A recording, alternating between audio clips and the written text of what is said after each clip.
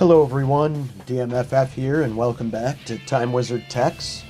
This time we're going back to Chaos Return format, a format that takes place in August of 2006. The deck tech for today is Chaos Counter Fairy, a deck that does lean into the Chaos portion of Chaos Return and a little bit of the Return portion of Chaos Return, but mixes in its own bit of Counter Fairies and a little bit of Recruiter strategies.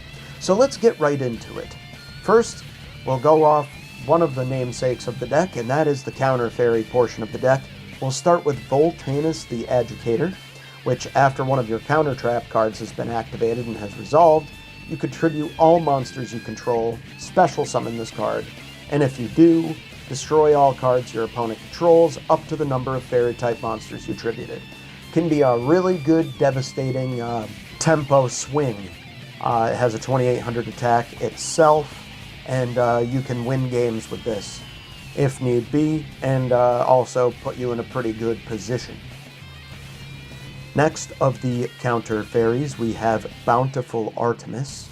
Each time a counter trap is activated, immediately after it resolves, draw a card. Very powerful stuff. Not once per turn, and it will also stack. If you have multiple Bountiful Artemis on the field, and you activate a counter trap, you'll draw 2, 3, however many you have on the field. It is a great card, 1600 attack, 1700 defense, so it's not terrible in strength either. The final counter fairy of the deck is Layard the Liberator. Each time a counter trap is activated, immediately after it resolves, add 2 of your banished fairy monsters to your hand. We run 1 copy of this for some recursion, and it can also be summoned from the deck with another fairy that is not a counter fairy, but it is another part of the deck, and that is the recruiter portion of the deck, and that is Shining Angel. When it's destroyed by battle and sent to the graveyard, you can special summon 1 light monster with 1500 attack or less from your deck in face-up attack position. This includes itself and a few other targets. One of them being Banisher of the Light, a fairy monster itself as well, and will round out the last of the fairy monsters in the deck. When this card is face up, any card sent to the graveyard is banished instead. It's Macrocosmos on a body. So if you are able to get this out on the end of an attack chain, you can get it out, have a Macrocosmos effect on the field, switch it to defense on your turn, and then go ham from there. The final target, other than Layard the Liberator itself, is Didi Warrior Lady, which is a solid card, limited to 1 in this format. After damage calc, after it battles an opponent's monster, you just banish that monster and also banish this card. You can, you don't have to, which is really awesome, having the choice so you can beat over stuff smaller than it and remove stuff bigger than it by banishing it. Awesome card. The other part of the recruiter package here is Mystic Tomato, the dark counterpart to Shining Angel, part of what makes this deck tick, to be able to put darks in our graveyard and get viable dark targets from our deck. And we'll go into those now. Other than itself, one is Spirit Reaper, which cannot be destroyed by battle, but does get destroyed if it's targeted by anything. If you deal damage with it by direct attack, discard a card from their hand at random. Pretty good stuff, also very defensive as well. The other viable target is Sangan, which is awesome. When it's sent from the field to the graveyard, add a monster with 1500 attack or less from your deck to your hand. Very good stuff. So that's the end of the recruiters. So we have only 2 chaos monsters, which all of these recruiters and fairies help facilitate to bring these guys out, and that's Chaos Sorcerer, as Blackluster Soldier's banned for this format. Banish a light and a dark to special summon it, cannot be normal summoned or set. Once per turn, you can target a face-up and banish it, though it cannot attack you the turn you activate the effect.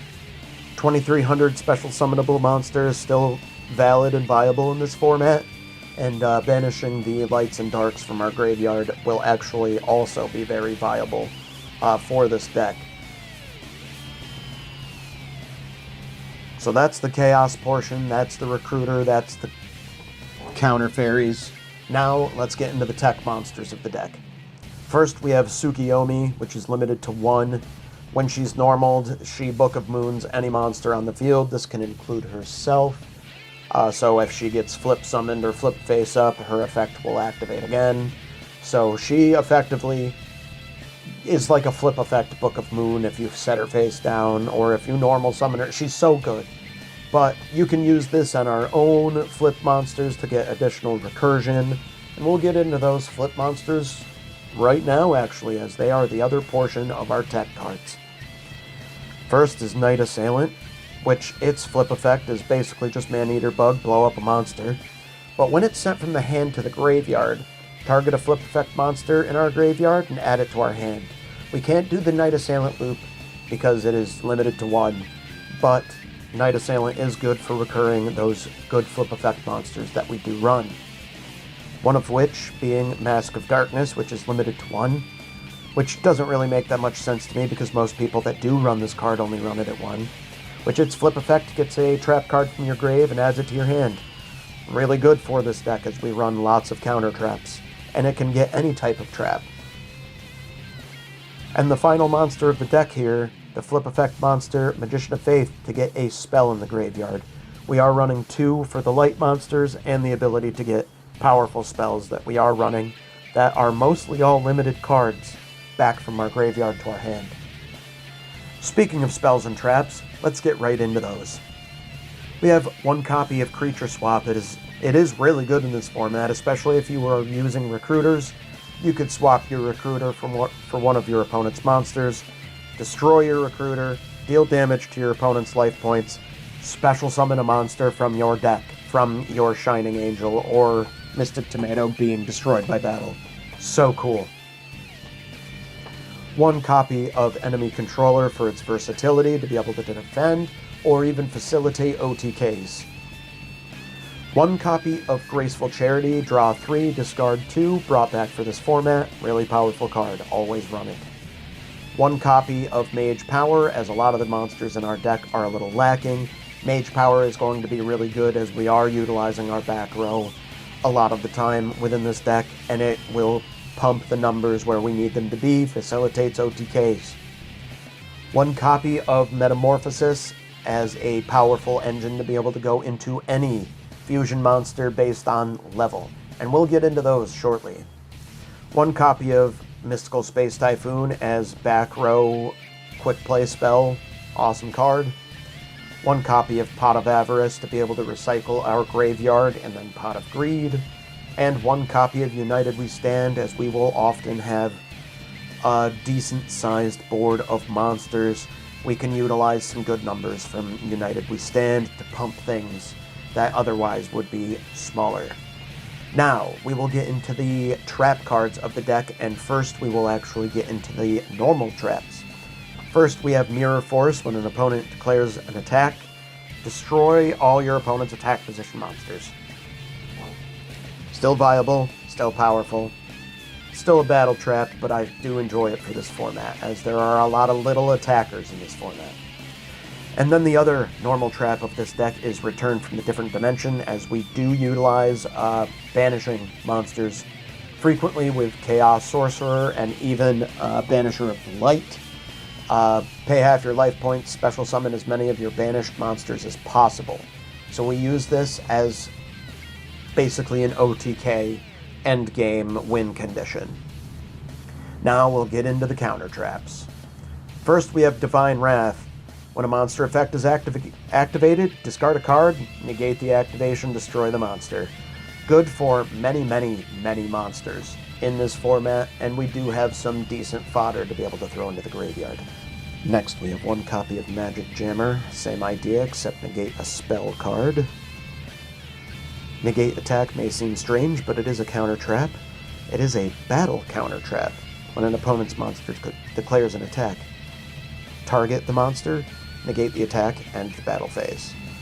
Really powerful stuff for this deck, as it will end the battle phase for our opponent, effectively shutting that right off. and if we have things like Bountiful Artemis, we're additionally drawing cards. 3 copies of Solemn Judgment because it is the best Omni-Negate in the game. Then 1 copy of Trap Jammer for a lot of those pesky battle traps that are ran. Now that we've mentioned the fusion monsters, let's get straight into them. 1 copy of Thousand Eyes Restrict to turn off attacks and also be able to swallow up any of our opponent's monsters that can be gotten off of Magician of Faith. Flame Ghost can be gotten off of any of our level 3s, putting a light or dark in the graveyard, it being a dark monster itself. Very similar to Darkfire Dragon here, being a level 4 instead of 3, but also a dark monster itself that can be utilized as fuel. 1 copy of Reaper on the Nightmare as a level 5 that can attack directly and rip a card from hand, but dies from targeting, but does not die from battle. 1 copy of Fiend Skull Dragon to negate flip effect monsters, and negate trap cards that target this card on a 2000 body. 1 copy of Dark Balter the Terrible and another 2000 dark monster. It can negate normal spells by paying 1000 life points, and the effects of effect monsters that this monster destroys as a result of battle are negated additionally.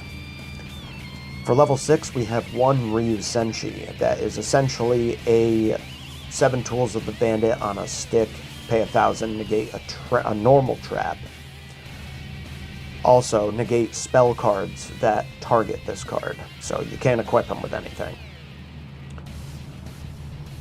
Next, for level 6, we have 1 copy of Ojama King, 3k defense, block 3 of our opponent's monster zones. Finally, to round out the level 6, we have Darkblade the Dragon Knight. When it deals damage to our opponent, we can select up to 3 monsters and banish them from our opponent's graveyard. Next, for level 7, we have the Last Warrior from Another Planet. If this card is special summoned, destroy all other monsters we control, but neither player can summon monsters. So if we have an advantageous board state, where we don't really have any monsters, but neither does our opponent, we can effectively lock them out and slowly win the game over attrition with this. Next, for level 7, we have Cyberblader, a newer monster here. Though it says a fusion summon of this card can only be done with the above fusion materials, it doesn't say it can only be fusion summoned, so it is not locked from Metamorphosis. A lot of these newer cards are going to say this, so it is going to be brought out with this marvelous card. So this one is an interesting one. This card gains effects based on the number of monsters on your opponent's field, and it changes. It doesn't happen so then it's each of them. It's if there's 1, it's this, if there's 2, it's this, if there's 3, it's this. So 1 monster, it can't be destroyed by battle. 2 monsters, it becomes doubled attack. And 3 monsters, your opponent's activated card effects are negated. So, really powerful stuff that you can bring out for a versatility of reasons to meet the conditions that you need. Now, for level 8, we have Super Viacroid Jumbo Drill, very similar to the last one of the beginning statement here, but it is just a 3k piercer. Pretty good stuff for a level 8 that we can go into off of Voltanis. Gatling Dragon is another level 8, which once per turn we can toss a coin 3 times and destroy as many monsters on the field as possible, but not more than the number of heads. Then our final level 8 is Cyber Twin Dragon, a 2800 attack, double attacking monster. Yes, please. It's a light itself as well, so it synergizes with the deck greatly. Finally, in the Fusion Monster category, we have Master of Oz as a level 9, 4200 attacker that sometimes we can steal a level 9 with Creature Swap or Enemy Controller or something like that, so it's here for that purpose. Now let's get into the side deck. We have multiple side deck cards to go a little bit more control or a little bit more aggressive since we are a bit tempo-y and in the middle. One additional copy of Chaos Sorcerer if we want to have just 3 Chaos Sorks and go all in on the Chaos plan. One copy of Mobius the Frost Monarch, solid back row hate on a tribute summoned monster, 2400 attack. One Air Knight Parsheth as a solid piercer tribute monster that generates value itself. It works well with United We Stand and Mage Power to boost its power. And there is a lot of defensive monsters in this format, so this actually is halfway decent to side in sometimes against some of those more defensive decks. 2 copies of Cyber Dragon, as it is a solid going second tool, and can also be used as tribute fodder. Finally, to round things out, we have 1 Zaborg the Thunder Monarch, light monster, 2400 attack tribute monster, that destroys 1 monster on the field. We have 1 copy of Heavy Storm, back row hate, Nobleman of Crossout, face down monster hate, 1 copy of Scapegoat to be a little bit more defensive if we need to. Then we are running more trap cards. 1 Horn of Heaven, just in case we need more monster summon negate. 1 Magic Jammer to have more spell negate if we really need it. 2 copies of 7 Tools of the Bandit if we're running into more trap heavy decks. 1 copy of Torrential Tribute if we are going up against a very aggressive opponent. And 1 additional copy of Trap Jammer for those that like to run many battle traps as are popular in this format. Anyway, that is the deck. Chaos Counter Fairy. If you enjoyed the deck, make sure to hit that like button, subscribe, ding that bell, and drop a comment down below. Let me know what you think of the Chaos Return format, and let me know if you have a story from back then in 2006, or if you have a story from, one of the Time Wizard formats that happens now. Anyway, if you really enjoyed my content and want to support me further, check me out on Patreon. In the description down below, there's a link. Thank you very much to KMAL3170, my VIP DMFFer. If you want your name read off at the end of my videos, then join my Patreon today. Anyway, I hope you all have a wonderful day, and I'll see you in the next video. Take care.